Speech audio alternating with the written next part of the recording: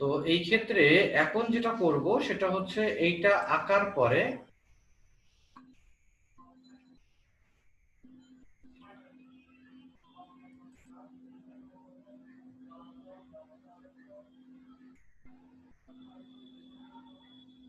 হুম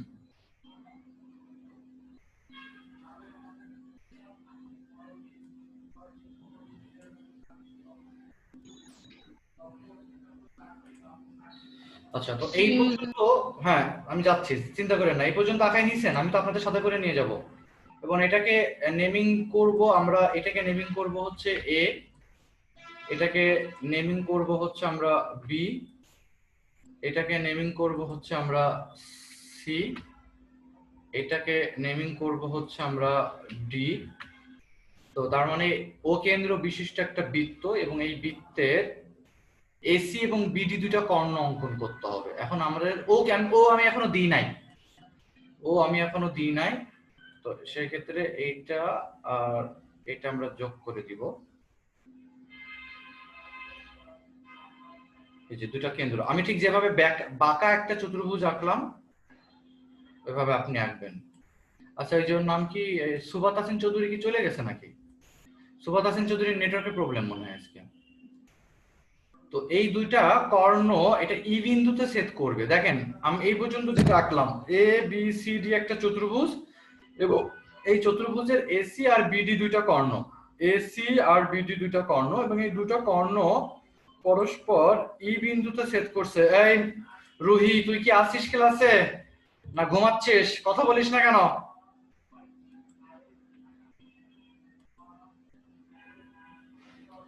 তো এটা, হ্যাঁ না বুঝলে কথা বলেন। এটা করাচ্ছি 8.2 এর 1 নম্বরটা, বইটা বের করেন দয়া করে। একদিন ক্লাসে জয়েন করেন আর 14 দিন জয়েন করেন না আপনি। পরে এটা ও যোগ ও এটা হচ্ছে বৃত্তের কেন্দ্র ধরে নিলাম আমরা ও, করার পরে এখানে আমরা সবগুলোকে যোগ করে দিব। এই যে এভাবে, যোগ করে দিব। ও এ, স্যার আমার ছবিটা হয়ে গেছে। ও বি, ও সি, গুড। পরে ও ডি, আমার ছবি হয়ে গেছে। এই যে আমার ছবি। স্যার স্যার কর্ণ আঁকা পর্যন্ত বুঝলাম, এর পরেরটুকু কিছুই বুঝলাম না। স্যার আরেকবার একটু দেখান। কর্ণ আঁকার পরে আমি এখানে একটা ও বিন্দু ধরে নিলাম, যেটাকে আমি এমনি কেন বৃত্তের কেন্দ্র। ও আচ্ছা, বাট আমি তো ওইভাবে আঁকতে পারবো না, আমার কাছে কি কম্পাস তো নাই, আমি তো ও বুঝছি বুঝছি বুঝছি। এই জন্য এটাকে আমি ও লিখলাম, ধরে নিলাম এটা আমার ও, এই জায়গাটা না, ধরেন আমার ও হচ্ছে এটা, একটু দূরে যাবো, বুঝতে পারছি না কেন আজকে 39 জন মেরেছে, এত মস্তে কেন আবার? ভাবলাম যে করোনা ভাইরাস চলে যাচ্ছিল। এত সস্তা না স্যার। হ্যাঁ, ও এ, ও বি, ও ওখানে হলে আপনি, আচ্ছা পরে কি ও থেকে সবগুলো যোগ করতেছি? হ্যাঁ সবগুলো যোগ করে দেবো। এই যে ও এ, ও বি, ও সি, ও ডি যোগ করে দিলাম, ঠিক আছে? এটা পর্যন্ত তো বুঝছেন তাই না? তার মানে চতুর্ভুজটা কি একদম এরকম আকৃতির হওয়া লাগবে? হ্যাঁ, চতুর্ভুজটা ঠিক এভাবে আঁকতে হবে, মানে একটু ব্যাকা করে নিবেন। আমি ঠিক যেভাবে যে শেপে আঁকছি আপনারা ওইভাবে আঁকবেন। বৃত্তস্থ চতুর্ভুজ আঁকলেই হবে। বৃত্তস্থ চতুর্ভুজ মানে বাঁকা। আচ্ছা, ভিডিও হচ্ছে না? আপনি দেখতে পাচ্ছেন ভিডিও হচ্ছে তো? ভিডিও হচ্ছে মানে রেকর্ডিং হচ্ছে অলরেডি। হ্যাঁ রেকর্ডিং হচ্ছে। যাই হোক, তো এরপরে আমরা যেটা করব সেটা হচ্ছে আমরা একটু পড়াই। এখানে দেখেন বিশেষ নির্বাচন দেওয়া আছে, মনে করি ও কেন্দ্র বিশিষ্ট বৃত্তে এবিসিডি অন্তর্লিখিত চতুর্ভুজ। লিখতে হবে, কোনো ছাড়িঙ্গা নাই, লিখবেন, কারণ এটা অনেক কঠিন একটা জিনিস। হচ্ছে দেখা যাচ্ছে রেকর্ডিং লেখা। কি লেখা? স্ক্রিন দেখা যাচ্ছে না? যাচ্ছে নেটওয়ার্কের প্রবলেম। মনে করি ও কেন্দ্র বিশিষ্ট কোন বৃত্তে এবিসিডি একটি অন্তর্লিখিত চতুর্ভুজ, ইহার এসি ও বিটি কর্ণদ্বয় ই বিন্দুতে ছেদ করেছে এ ও ও বি সি ও ডি ও যোগ করা হলো, প্রমাণ করতে হবে যে এ ও বি প্লাস সি ও ডি সমান সমান 2 ইনটু এ ই বি। এই সামান্থা জয়েন করে না কেন রে, ও কই গেছে?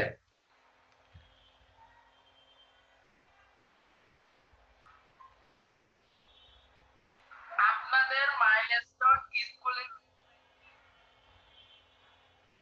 পাগল।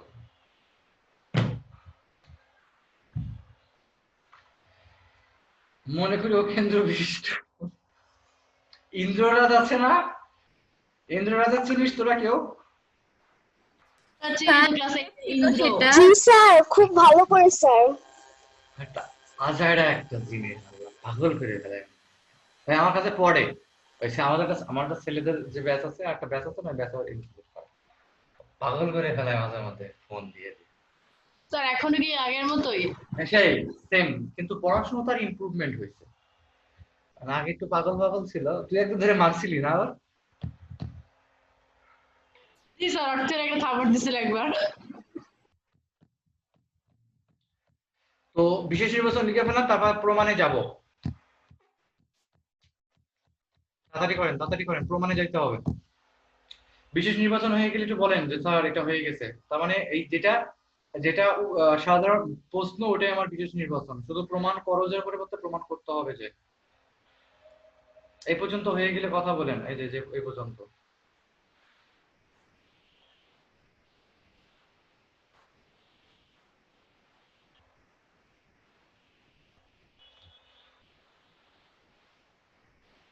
মেহনমত আছেন, তোর কি জ্বর আসছে?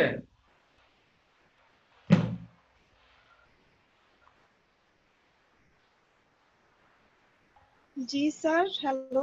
তোমার কি জ্বর আসছে? না স্যার। আচ্ছা ঠিক আছে, শুনেন, তোলা হয়ে গেলে কথা বলেন।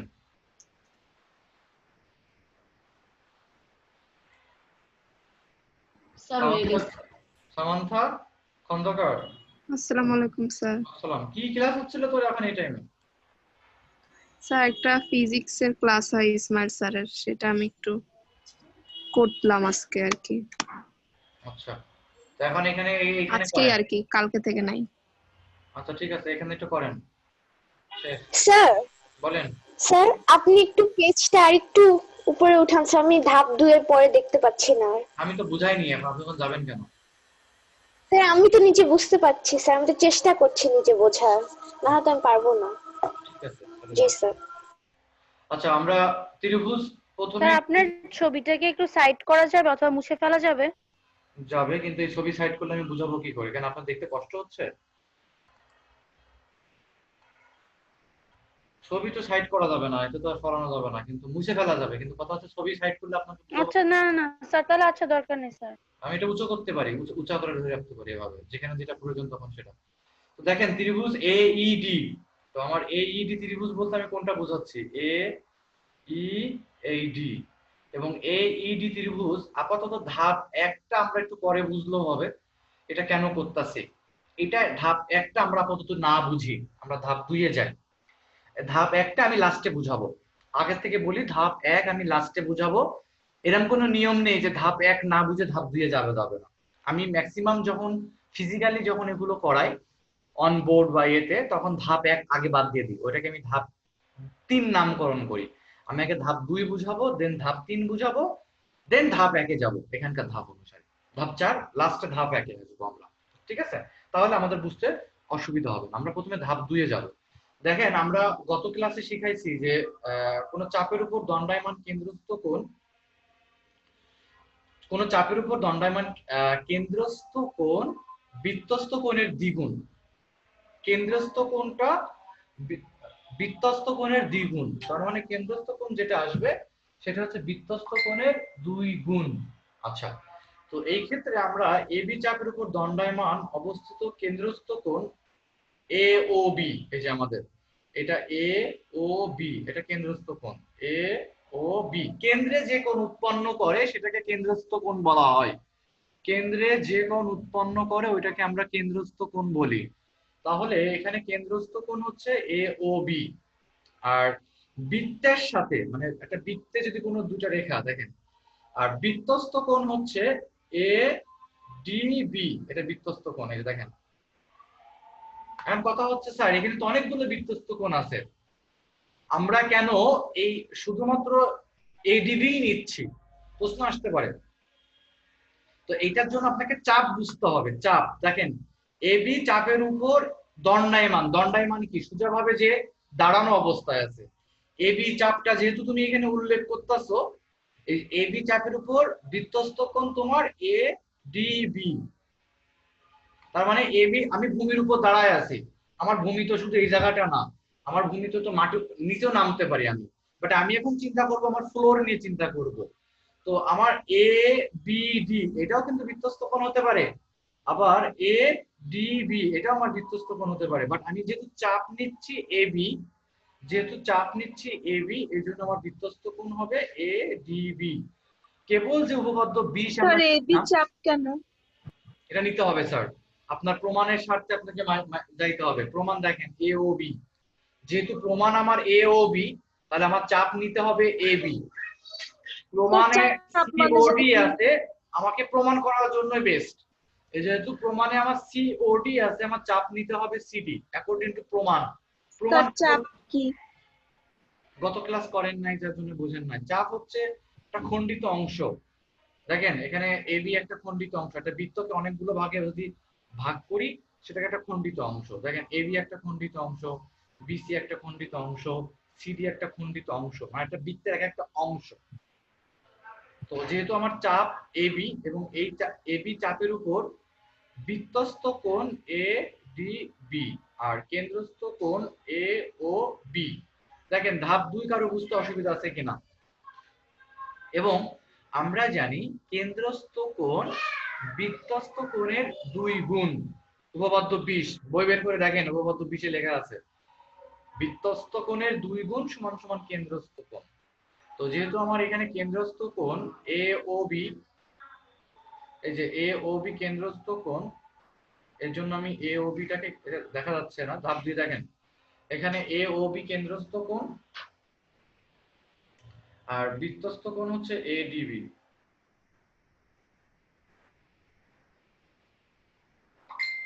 কোনো কোশ্চেন এই পর্যন্ত?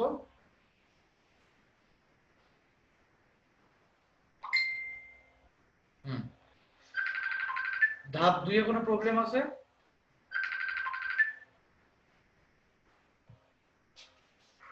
ধাপ 2 এ কোনো সমস্যা আছে? হ্যাঁ, আজান দিচ্ছে তো, বলো।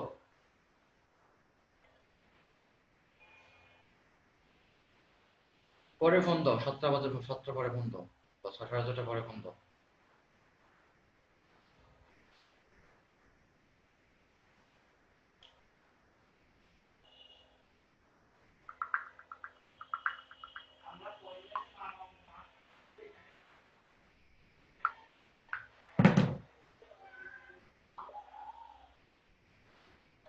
আচ্ছা, ধাপ 2 এ কোনো সমস্যা আছে?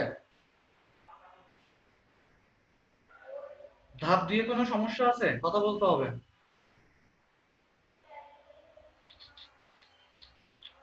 নেই? স্যার তারপর কি আমরা 1 ও 2 নং সমীকরণ যোগ করে দিয়েছো? হ্যাঁ, তারপরে আমরা 1 ও 2 নম্বর সমীকরণ যোগ করে দিব। তারপরে আমরা স্যার বলেন। স্যার একবার বলতে পারবেন বৃত্তস্থ কোণ আর কেন্দ্রস্থ কোণ কোনটা? কেন্দ্রের সাথে যে কোণ উৎপন্ন হবে সেটা হচ্ছে কেন্দ্রস্থ কোণ, সহজ ভাষায়। আর বৃত্তস্থ? আর বৃত্তস্থ হচ্ছে দুইটা, আমার হাতের দিকে খেয়াল করেন, যদি দুইটা সরল রেখা এরকম ভাবে কোনো বৃত্তে ছেদ করে সেখানে যে কোণটা উৎপন্ন হবে, দেখেন আমার হাতের মাঝখানে যে কোণটা হচ্ছে ঠিক এটাই আছে হবে। ঠিক আছে? জি স্যার। তাহলে এখানে বৃত্তস্থ কোণ কিন্তু অনেকগুলো।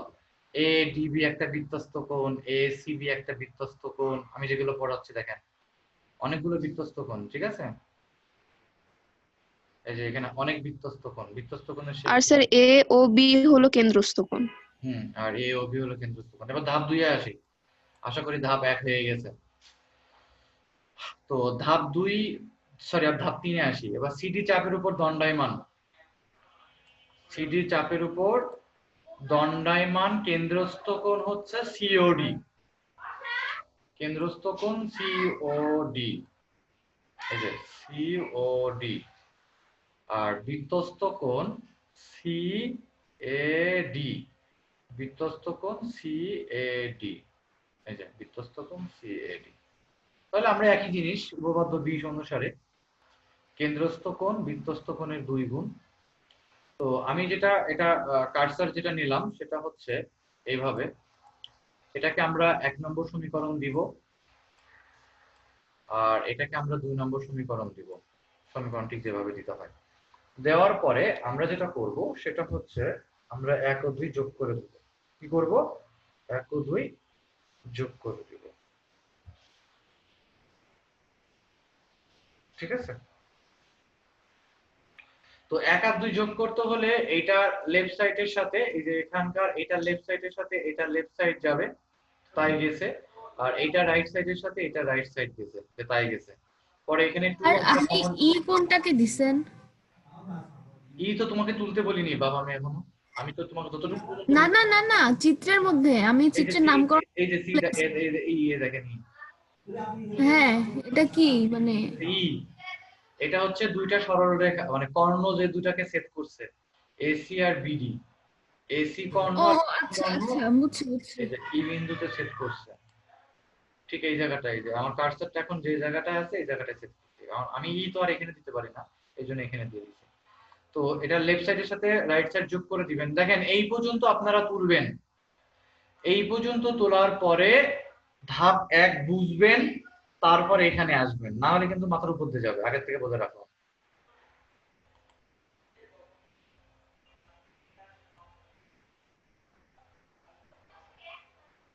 একটু রাখেন, তুলে নেই।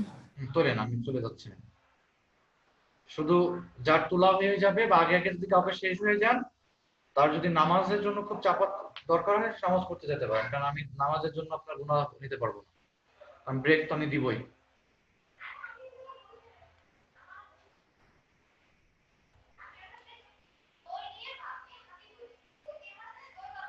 ঠিক আছে ঠিক আছে, একটু আস্তে।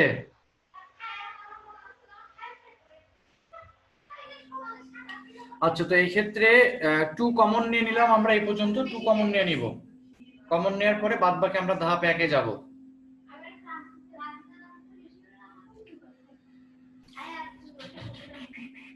আর ওই যে প্রিয়না হচ্ছে তোমার হাতে পায়েস খাবে, পায়েস নাকি জানো নাম ছিল, এই তো খেজুরের গুড় উঠুক, তারপরে আবার নিয়ে আসবো। প্রিয়না খাবে? প্রিয়না ক্লাসে নেই, চলে গেছে মনে হয় বাইরে।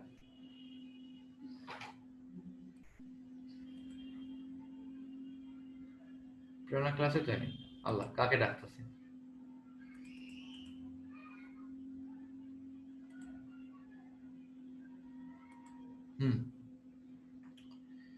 তো দেখেন আমরা এরপর ধাপ 1 এ যাব। তুই খাবি অর্থি নদ্রি? জি স্যার, খাবো স্যার। আচ্ছা খাস। তো এরপরে হচ্ছে এটা একটু ক্লিয়ার করে দিই।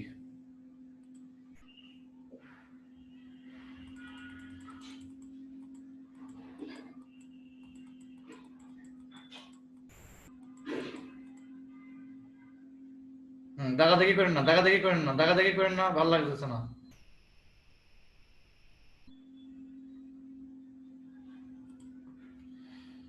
তো এখন এই ক্ষেত্রে দেখেন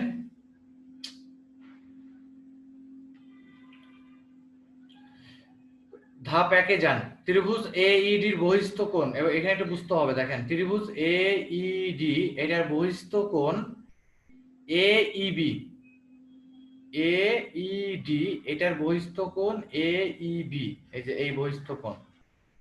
তো কোন ত্রিভুজের বহিস্থ কোণ তার বিপরীত অন্তস্থ কোণদ্বয়ের সমষ্টির সমান। এই যে এটার এই ত্রিভুজের AED ত্রিভুজের বহিস্থ কোণ হচ্ছে AEB, আর AEB সমান সমান এর বিপরীত অন্তস্থ কোণদ্বয়ের সমষ্টির সমান। তার মানে এটাকে আমরা এভাবে লিখতে পারবো EAD প্লাস ADE, এই যে এভাবে লিখতে পারবো। দেখেন তাই লিখছি, চিত্র দিকে খেয়াল করেন, ADE প্লাস EAD, এই যে ADE প্লাস EAD। তো যাহা EAD কোণ আমার তাহাই কিন্তু CAB কোণ।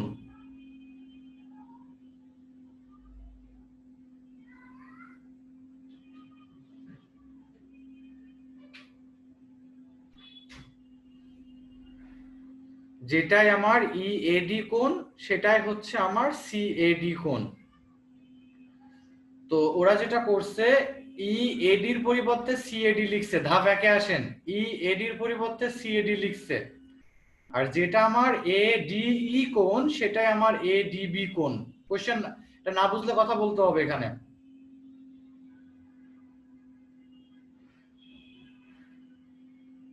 এই যে আমার কার্সারটা ঠিক যে জায়গাটায়, কি বুঝতেছেন আপনারা না মাথার উপর দিয়ে যায় বলেন দেখি? পরে ওই দুইজনের যোগফল হচ্ছে AEB। পরে দেখেন ওই যে ADB প্লাস CAD এর পরিবর্তে 2 × AB বসাই দিয়েছে।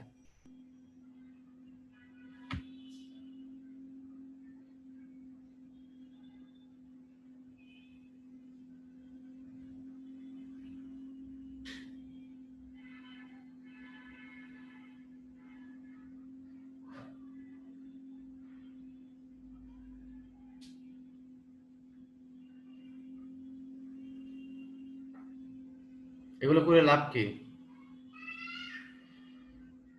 স্যার আমি যাচ্ছি। কেন? স্যার আপনারা বলছেন লেখা হয়ে গেলে না যেতে। ও হ্যাঁ হ্যাঁ, যান যান যান। আচ্ছা, আপনি যেভাবে বললেন তো সেভাবে আপনি কোথায় হারা যাচ্ছেন?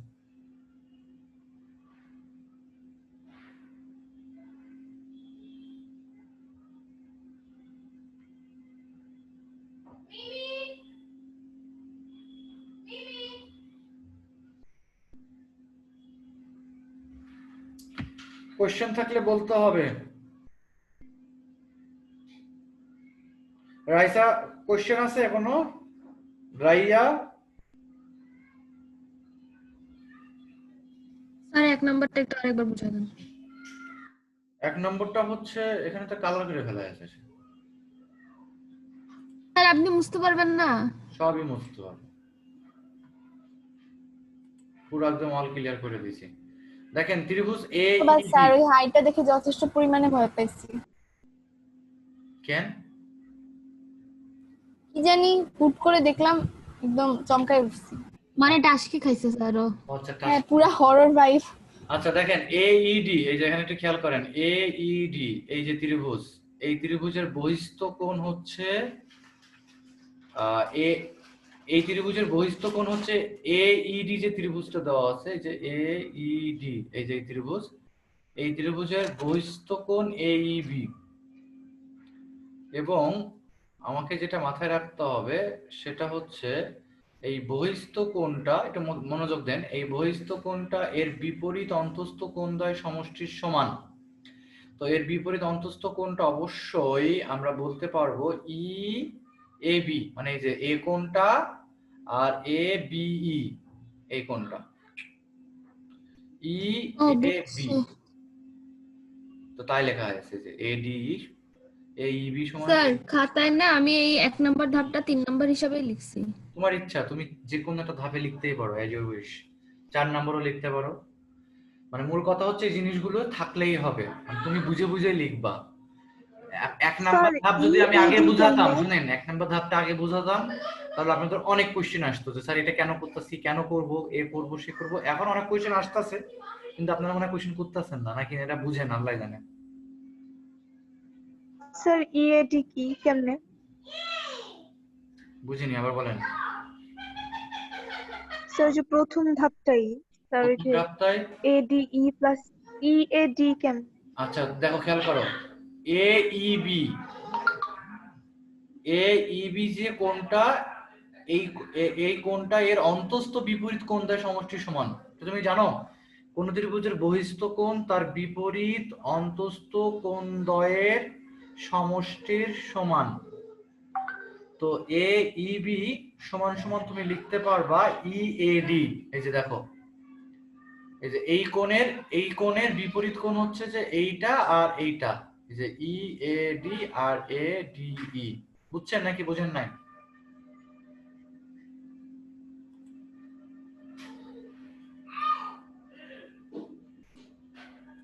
দাঁড়ান, আপনার জন্য আমি আরেকটু সহজে বুঝাই দিচ্ছি।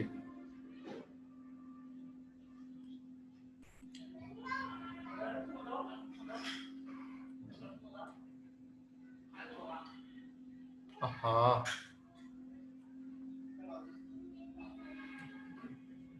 এই যে এবার একটু দেখেন।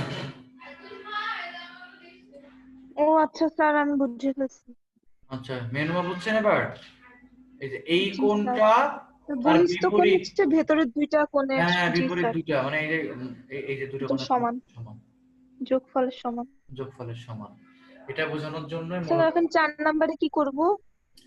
4 নম্বরে এখন যেটা করবেন সেটা হচ্ছে 4 নম্বর কই আপনার? 4 নম্বর যেটা আছে না, এখন 4 নম্বরটায় চলে যান, যোগ করে দিবেন। ওখানে যেভাবে লেখা আছে সেভাবে লিখে দিলে হয়ে যাবে 4 নম্বরটায়। তুমি এই ধাপ 1 নম্বরটা কয় নম্বরে লিখছো তুমি? 1 নম্বরে দেখছি স্যার। তাহলে তখন যেভাবে আছে সেভাবে লিখে দিলে হয়ে যাবে, তুমি যদি বুঝে থাকো। জি স্যার। স্যার ওইটা কি 3 নম্বরে লিখলেও হবে? না, হয় 1-এ লিখতে হবে, না 5-এ লিখতে হবে, মানে 4-এ লিখতে হবে। হয় 1-এ লিখতে হবে, না 3-এ 4-এ স্যার। লিখতে হবে, হয় প্রথমে লিখতে হবে না লাস্টে লিখতে হবে, উল্টা পাল্টা লিখতে হবে না। 3-এ লিখলেও হবে, সমস্যা নাই। তাহলে সেই ক্ষেত্রে তোমার 2-রে 1 বানাইতে হবে, 3-রে 2 বানাইতে হবে, আর 1-রে 3 বানাইতে হবে, সরি ধাপ 4-রে 3 বানাইতে হবে, এভাবে যে যেভাবে বোঝো, বাট থাকলেই হবে।